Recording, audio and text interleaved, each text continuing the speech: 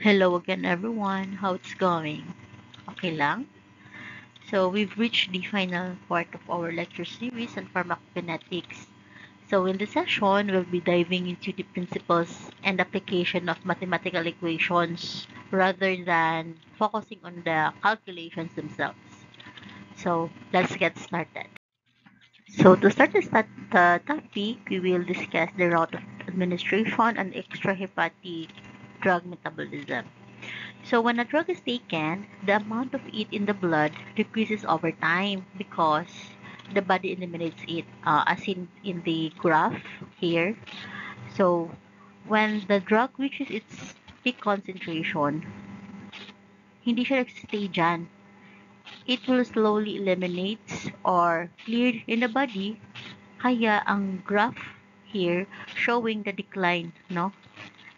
The decline of the drug concentration. And this part here up to here is the start of your elimination. And then the elimination happens mainly through two processes.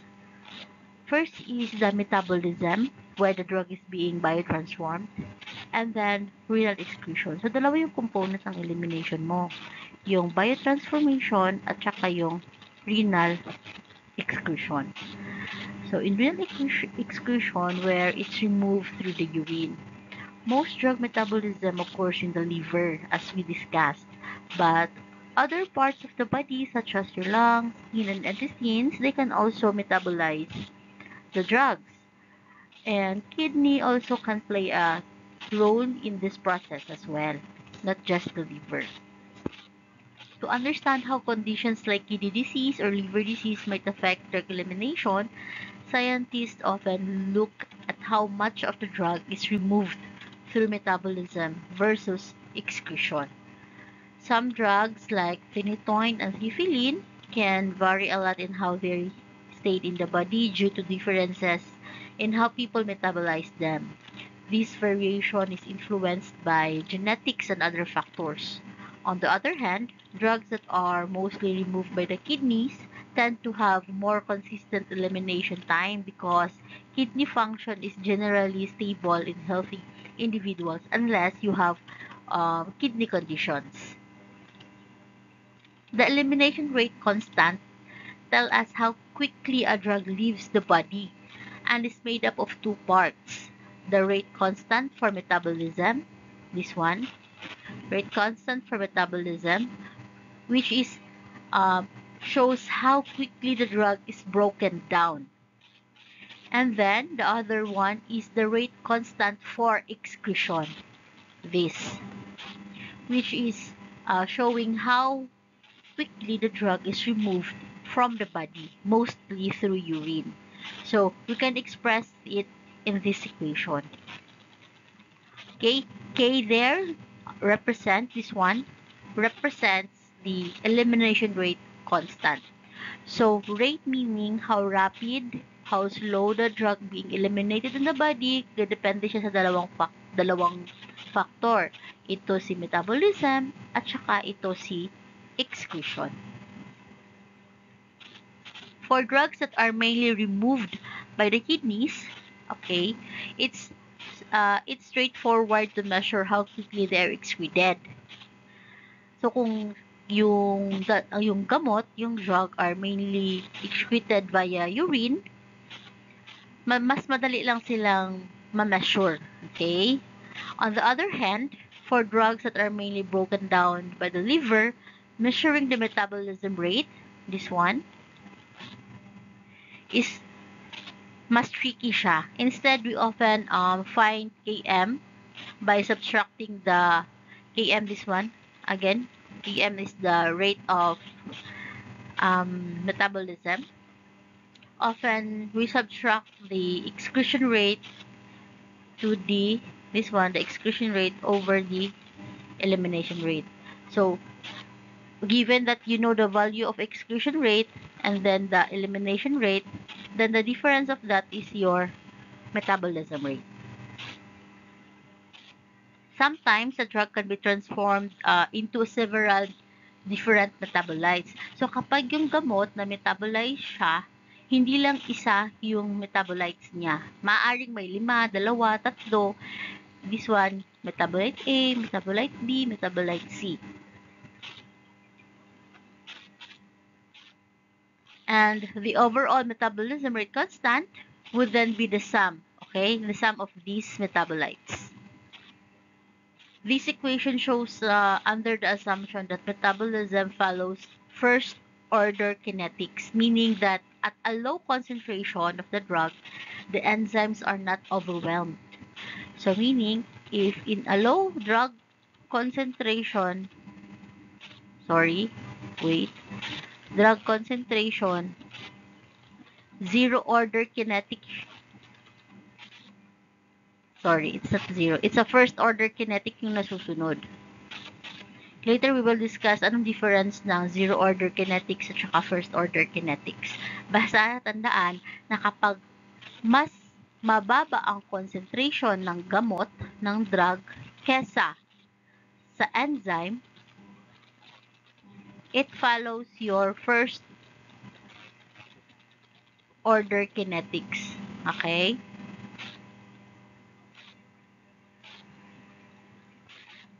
In most cases, the drug levels are much lower than would saturate the enzyme. And then, if ever reach a point where the drug levels are high enough to saturate these enzymes, we would have to use a more complex approach called the nonlinear Michaelis-Menten kinetics. Okay? If you still remember the discussion in the biochem about the Michaelis-Menten kinetics, this is where the rate of the drug clearance or the rate of the capacity of the enzyme to metabolize slows down. Kasi nga, nasa-saturate na siya. Meaning, kapag mas marami na ang drug concentration than your enzyme concentration, nagiging zero order kinetic na siya. And it follows the non-linear Michaelis-Menten kinetics. Since these processes are first order at low concentration, we can calculate the percentage of the total drug that gets metabolized using simple formula. Okay? Ito yung, erase muna natin.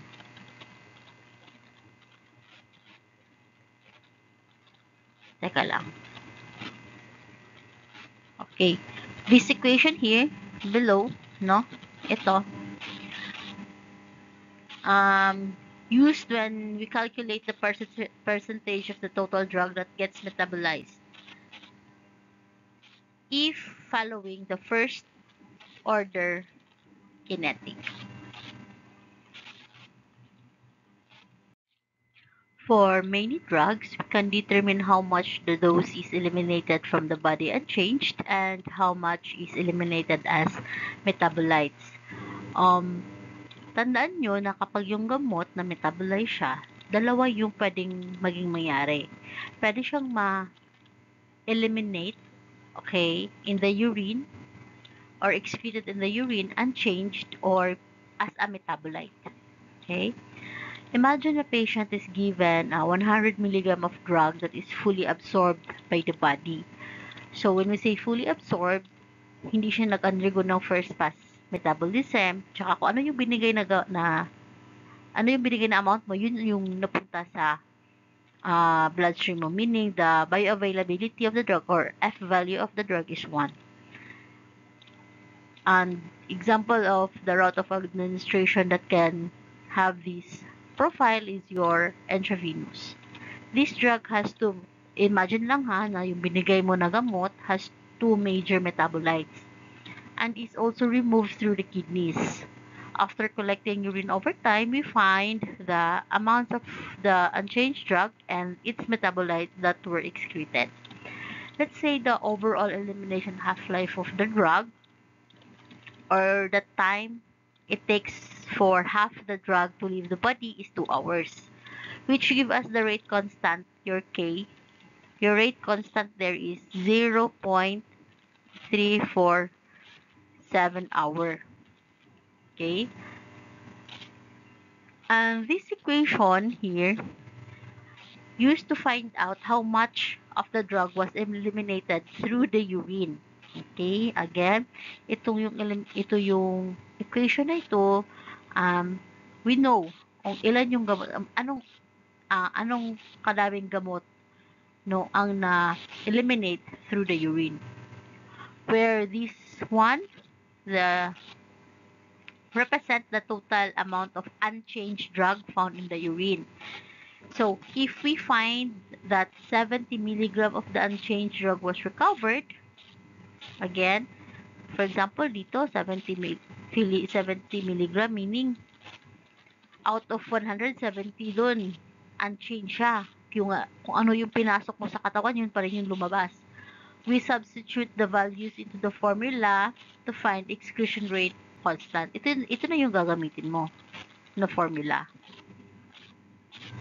Next, to find the percentage of the drug eliminated through the urine, we can do in two ways.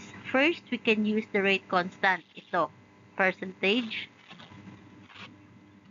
Alternatively, since we recovered 70 milligrams of unchanged drug from the total dose of 100 milligram, we can also calculate in this way. So, if 71% of the drug is excreted unchanged, that means that remaining 30% was metabolized into other forms. For many drugs, researchers have already measured how much is typically excreted unchanged in urine. In our example, if we assume the elimination half-life is 2 hours, and if E is 0.7, we can estimate using this equation. Since we know this one, the K value, we can calculate now the KE, no, the elimination rate constant, using this formula. This helps us understand how the drug is processed in the body and how much is eliminated in different forms. So, as discussed, no, diba, drug elimination, may two components siya, the hepatic metabolism, which involves your liver, and renal excretion, which involves your kidneys. So, and these are very important because in the absence or in the impairment of the other organs, the other one will compensate. For example, if you are renally impaired, for example, hindi gumagana yung kidney mo, may kidney failure ka.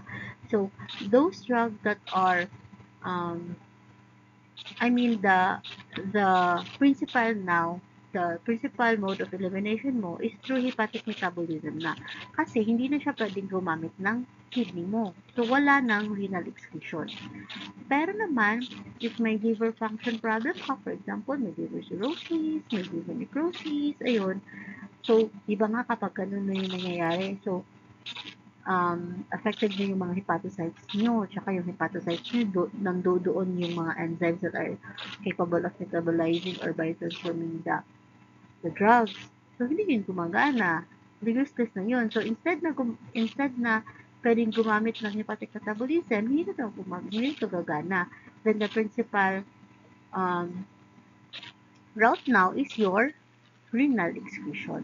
So, these two are very important because they can compensate each other's misfortunes, kumbaga. The concept of clearance can apply to any organ in the body, and it's a way to measure how well that organ eliminates a drug. Specifically, hepatic clearance. So, it refers to the volume of blood that flows through the liver and gets cleared of a drug over a certain period of time.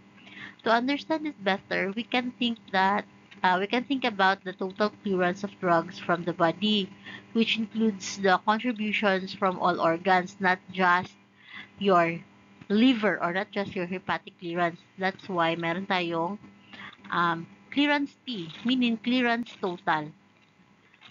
So, meaning hindi lang siya the clearance and not just came from your liver. So, this equation, this one represents the total body clearance. So, again, including yung mga extrahepatic clearance. And this one represents the non-renal clearance, which is usually related to the liver clears drug, okay, often called the hepatic clearance. And this one refers the renal clearance, this which is how the kidneys eliminates drug. So dalawa yung organs na major organs na represent dito sa total body clearance, your liver and your kidney. You can calculate hepatic clearance using the total clearance and renal clearance. So this means that if we know how much drug the body clears overall and how much is cleared by the kidneys, we can find out how much is cleared by the liver. These help us understand the role each organ plays in drug elimination.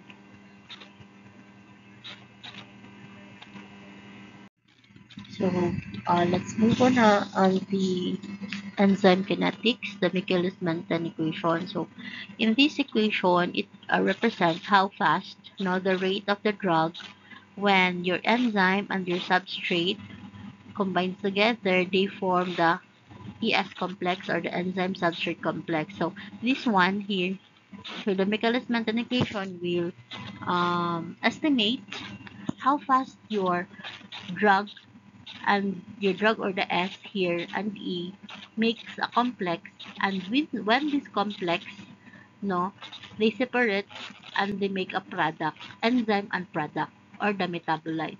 So again, nakikita naman natin sa kinakalculate naman ng Michaelis-Menten equation kung gaano kabilis nagkaroon ng product yung dalawa. Okay, paano siya nagkaanak, kumbaga. Paano sila kabilis nagkaanak dalawa. Ito, the rate, the K1 or the reaction 1 is the rate how fast your enzyme and substrate to form a complex. And then, this complex must separate and make a product. So, nakikita sa Michaelis-Menten equation kung gaano naman kabilis sila nagkaroon ng product. In biotransformation or metabolism, so the process where enzyme in the body converts a drug into different substance called metabolites, the amount of enzyme at a certain location in the body stays constant, but the drug levels can change. It's true. So for example, yung liver mo, meron siyang constant amount of enzymes. Ang nagbabago-bago dyan is yung dumarating na mga gamot, ang concentration ng mga gamot. So, it's either follow first order kinetic or zero order kinetic. So, at a low drug concentration, when there's a low amount of drug compared to enzymes, there are plenty of enzymes available to help break down the drug. And this process is called your first order metabolism. And if there's a high drug concentration, when the drug concentration is high, all enzymes become busy breaking down the drugs and the process reaches its maximum speed, which is now called zero order metabolism. So there are key terms that you have to familiarize with, the Vmax and the Km. Vmax represents the maximum rate at which the enzyme can convert the drug into metabolite. And the Km there is the drug concentration at which the metabolite rate is half of Vmax. The relationship between the enzyme activity and drug concentration can be illustrated by this equation, the Michaelis-Menten equation, which shows how the rate of the drug breakdown changes with different drug levels. Okay, process overview lang. In the enzyme-drug interaction, okay, this one, you will erase this one. In an enzyme-drug interaction, ito, enzyme-drug, nag-interact sila. One drug molecule interacts with one enzyme to form a temporary complex. This is called a temporary complex. Before it became a metabolite. This one now is the metabolite. So reaction rate, the speed at which, ito yung mga reaction rates. Ito. The speed at which this happens can be described mathematically, indicating how quickly the drug is processed in the body. In practice, when drug levels are low, the reaction is straightforward. But at higher level, it becomes more complex as enzymes get saturated. The Michaelis-Menten equation help us understand this process and predict how drug will behave in the body, which is important for dosing and efficacy. So in short, the metabolism of a drug can change depending on how much drug is present and how busy the enzymes are. Understanding these principles helps predict how long a drug will work and how quickly it will be eliminated from the body. Okay, so this is now the graphical representation of your zero order and first order kinetics or first order elimination. So, as you can see, the zero order elimination, meron siyang straight line. At saka yung first order elimination, may biglang pagbaba, okay, ng concentration ng gamot. So, this is the time sa baba at saka ito yung time, saka ito yung concentration ng gamot. Okay? So, for example, ito 100 milligram, let's say 180 milligram. Okay? So, in zero order kinetic, di ba sabi natin kanina, mangyayari lang ito if the amount of drug, if the drug concentration is greater than the enzyme concentration. Meaning na-saturate na yung enzyme. So, mas marami yung gamot kaysa enzyme. Pero sa first order elimination, ang gamot ay mas maliit lang kaysa enzyme. Meaning, mas marami yung concentration ng enzyme kaysa sa gamot. So, in zero-order elimination, the same amount of drug is eliminated per unit of time, regardless of plasma concentration of the drug. The rate of elimination is constant. So, for example, here is 2 milligram are eliminated per minute. So, if may gamot ka na 180 milligram, tapos ito, 1, 2, 3, 4, 5, for example, represent ng time dyan sa baba. Uminom ka 180 milligram. Tapos, after 1 minute, nag-minus 2 lang siya. Okay? Meaning, every minute, minus 2. So, nagiging 178. Another minute naman, nagiging 176. Ito, 100. For example, ito, 178. Ito, naging 178. 176. Tsaka ito naman, minus 2. Always minus 2. Constant yung nababawas kada minuto. Kaya straight line yung nagagawa. Pero sa first order elimination, the same portion of the drug is eliminated per unit of time. Hindi amount, kundi portion. This leads to a variable amount eliminated based on the plasma concentration. As the concentration drops, the elimination rate drops as well. So, kung nakikita nyo, may biglaang pagbaba. Okay? For example, every minute, makikita nyo, biglang bumaba siya. Hindi katulad ito na gradual yung pagbaba. Ito, biglang bumaba. Kasi nga, for example, dito, sa 180 milligram, for example, 2% of the remaining drugs ang nawawala. Okay. So, example niyan, di ba, 180 milligram. After a minute, minus 2%. So, ilan yung minus 2%? 176. Okay, ay, gamit tayo ng ibang kulay. Ito, 176. Another minute naman, yung 176 mo, minus 2% again. So, nagiging 172. So, tingnan nyo yung bawas. Yung kanina, paunti-unti lang. So, from 180, 178, 176. Pero, sa first order kinetic, kasi nga, the same portion, kung ano yung naiwan, yun yung,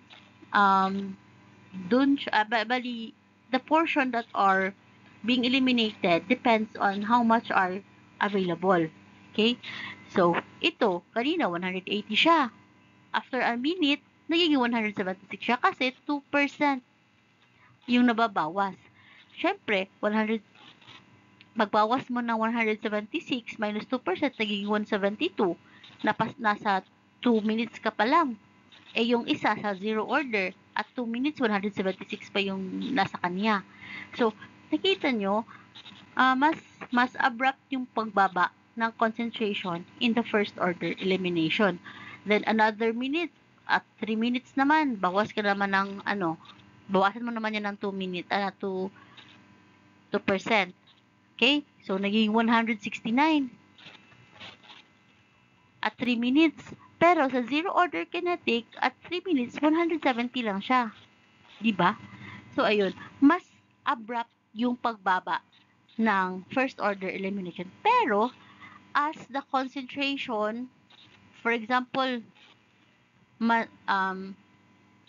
concentration drops, the elimination rate drops as well. Kasi nga, unti na lang naman yung portion na nawawala. Okay? That's why, in that time, hindi sila masyadong nagkalayo. Pero, at first, no, grabe yung pagbaba ng first order elimination. Some drugs, like cimetidine, can slow down the body's ability to break down other drugs by inhibiting the enzymes that do this job. So, ito yung tinatawag nating mga enzyme inhibitors. So, how inhibition happens? Paano ba nangyayari yung inhibition? An inhibitor can interfere with drug metabolism in few ways. First is, it might bind to important helpers that enzymes needs to function. Example, yung mga helpers na na-mention natin, yung mga high energy helpers, no? High energy substance such as yung reduced NAD. Or they can interact with the drug itself, or it might bind directly to the enzyme, blocking its action. So there are two types of inhibition, the reversible inhibition and then the irreversible inhibition. I will not discuss further because this topic was already discussed in your People 1 and also in your Biochem. So in reversible inhibition, this means that the inhibitor can come off the enzyme, allowing the metabolism to resume. And then the irreversible inhibition, here the inhibitor permanently block the enzyme and the metabolism can't recover. Sa reversible inhibition, meron kang enzyme, tsaka meron kang inhibitor, at saka meron kang agonist. Okay? So, they compete. Itong silang dalawa, they compete on the same binding site. So, pwede kung naka-attach man si inhibitor, yung gamot na inhibitor, pwede siyang ma-displace, pwedeng ma-reverse siya if ma-overpower siya ng antagonist. So, paano siya na-overpower? Kapag mas marami na yung concentration ng agonist than your antagonist or inhibitor. Pero, sa irreversible inhibition, yung isa, kapag yung inhibitor, naka-attach na siya dito, hindi na siya pwedeng matanggal. Pwedeng, yung enzyme mo, may allosteric site, no? Meron siyang ibang site kung saan nag-bind si inhibitor. Kahit pa nag-bind si antagonist dyan, kahit pa si agonist, hindi na ma-reverse yung action niya. So we also have the competitive inhibition. In this case, the inhibitor competes with a drug of the same spot. Na-explain ko kanina. The inhibitor and the drug may look quite similar. If you increase the amount of the drug, it can push the inhibitor of the enzyme, making the metabolism go back to normal. With competitive inhibition, the Km there, or the concentration of drug needed to reach the maximum metabolism rate, increases, but the maximum rate of metabolism stays the same. And then, in the non-competitive inhibition, ito yung competitive inhibition, ito yung non-competitive. inhibition. In this situation, the inhibitor binds to a different part, again, different part of the enzyme, which affects how the enzyme works. In this case, even if you increase the drug concentration, it won't help because the inhibitor is already strongly attached to the enzyme. With non-competitive inhibition, the Km stays the same but the Vmax goes down, meaning the maximum speed of metabolism decreases. The reaction velocity with a non-competitive inhibitor is expressed in a different way, but similar highlights how the presence of the inhibitor affects the enzyme activity. Overall, understanding these types of enzyme inhibition is crucial because they can significantly affect how well a drug works and how quickly it's broken down in the body. When it comes to understanding how one substance can inhibit an enzyme or a transport protein, scientists often use laboratory tests called in vitro screening assays. These tests help identify potential inhibitors and how they affect the activity of enzymes of their ability to bind to other molecules. One important measurement used in this test is called your IC50. This refers to the concentration of the inhibitor needed to reduce the activity of the enzyme or the binding of a molecule by 50%. However, the IC50 value can vary based on several factors, including amount of enzyme or target protein used in the test, the concentration of the inhibitor, the amount of the substance or amount of the substrate or ligand, and other conditions in the experiment. To get more precise measurement of the inhibitors, effectiveness, no, scientists look for a value called the Ki. This value is a fundamental property that depends on the specific enzyme and inhibitor but is independent of the substrate. Determining the Ki value can be complex because there are different ways that drugs can bind to enzyme. To help with the process, researchers like Sir et al. Have created software that can calculate the Ki value based on the IC50 measurements, making it easier to understand how different inhibitors work. The Chang-Prosov equation help us understand the connection between the concentration of an inhibitor that causes 50% inhibition and then the inhibitor strength. The equation shows this one. Ito yung equation. Ito. Where this Ki represents how strong the inhibitor binds to the enzyme.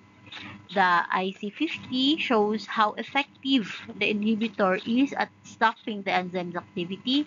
And this D here concentration represents the concentration of the substrate, the drug that the enzyme works on. This equation was developed by Chang and Prosov in 1973. It tells us that if the concentration of the substrate, is much lower than the concentration at which the enzyme separates at half its maximum speed, then the Ki will equal to IC50. If D is equals to Km, then your Ki is half of your IC50. While IC50 value can change based on different experimental conditions, Ki is a consistent value that indicates the strength of the inhibitor. It represents the concentration needed to block 50% of the enzyme's activity if no other substance are present. Pharmacologists often use this relationship to figure out how strong a competitive inhibitor is against an enzyme or transporter. When studying potential drug interaction, it is important to look at the ratio of the inhibitor concentration to IC50. If this ratio is greater than zero point 0.1, it's worth investigating further during drug development to understand how significant the interaction could be in a clinical setting. For more detailed guidelines on studying drug interaction during development, FDA have their guidelines. No, if you want to know if you want to know a more updated information about specific enzyme and transportation involved in drug-drug interaction.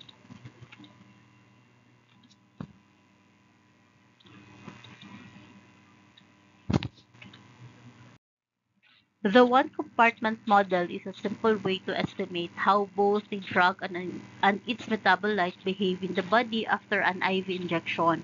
When a drug is given this way, it gets metabolized into various forms or various metabolites. In this model, both the breakdown of the drug and the formation of metabolites follow a linear pattern known as first-order pharmacokinetics when the drug is at the therapeutic level.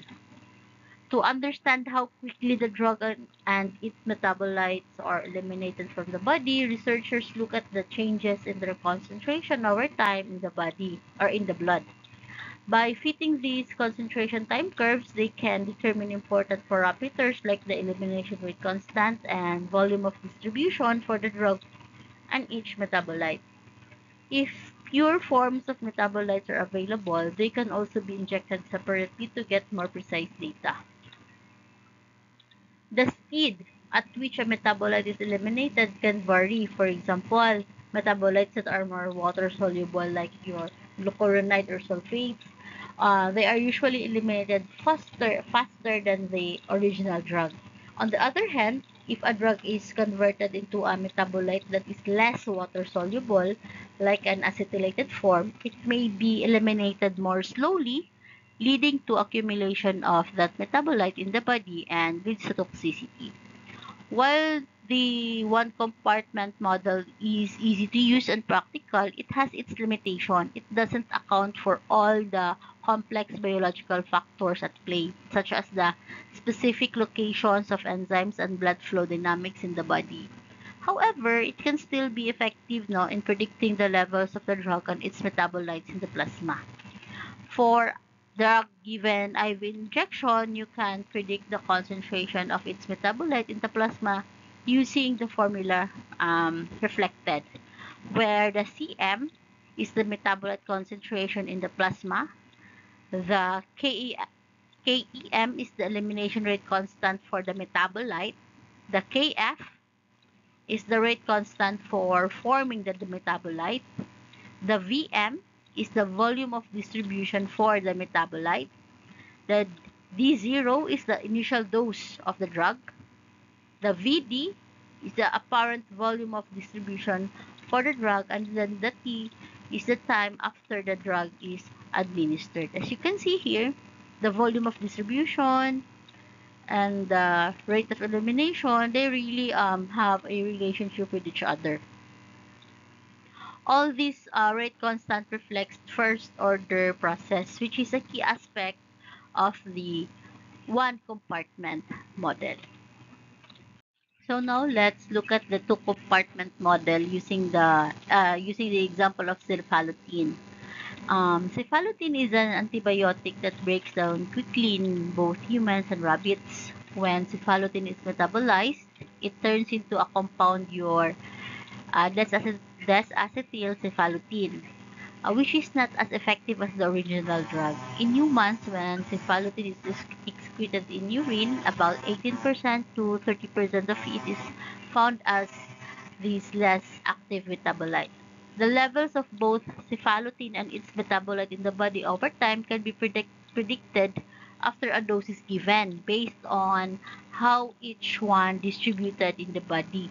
In rabbit, cephalotin behaves according to a two compartment model after being injected into the bloodstream, while its metabolite follows a simpler one compartment model. For example, when a rabbit received a single dose of cephalotin, the amount of cephalotin in the bloodstream decreases as it is eliminated and also it is converted into its metabolite. Researchers can use specific equation to calculate the concentration of both the cephalotin and its metabolites in the plasma and tissues based on the principle of linear metabolism and excretion. The equation used to describe the plasma level of cephalotin and its metabolite are similar to those covered in a previous chapter about two compartment models. In this equation, the Elimination rate constant for cephalotin is a combination of the rates of the drug excretion and its conversion into metabolite. So there are two equations, no, um, flashed in the screen. One is for cephalotin concentration and one for its metabolite, where the D0 is the initial dose of cephalotin, the Ka is the absorption rate constant, the Kb is the elimination rate constant, and V is the volume of this distribution. The equation for the metabolite plasma concentration can be more complex as they involve several exponential components calculated from different kinetic constants and the volume of distribution for the metabolite. So in summary, after cephalotin is administered to a rabbit, the concentration of both the drug and its metabolite can be analyzed using the above or the shown equation, allowing the researchers to better understand how the drug behaves in the body. And yes, that's the end of our lecture series in the topic of elimination and hepatic clearance. I hope that you get something, you have some useful insights because we will have a quiz. So, since we were done discussing the topic, you will have a quiz this coming Saturday, November 9, 2024 at 9:30 a.m. And the venue remains to be announced, but more likely dito lang punta sa med, the one that the big room. Remember to turn in your assignment on the day of the quiz. The quiz will cover all the topics in the chapter, including the frequently asked question, learning questions, and chapter summary. So again, the topic or the coverage for the quiz are all the topics in the chapter, including frequently asked question, learning questions, and chapter summary. Quiz will be on November 9, 2024 at 9:30 a.m. But the venue remains to be announced. Thank you and God bless.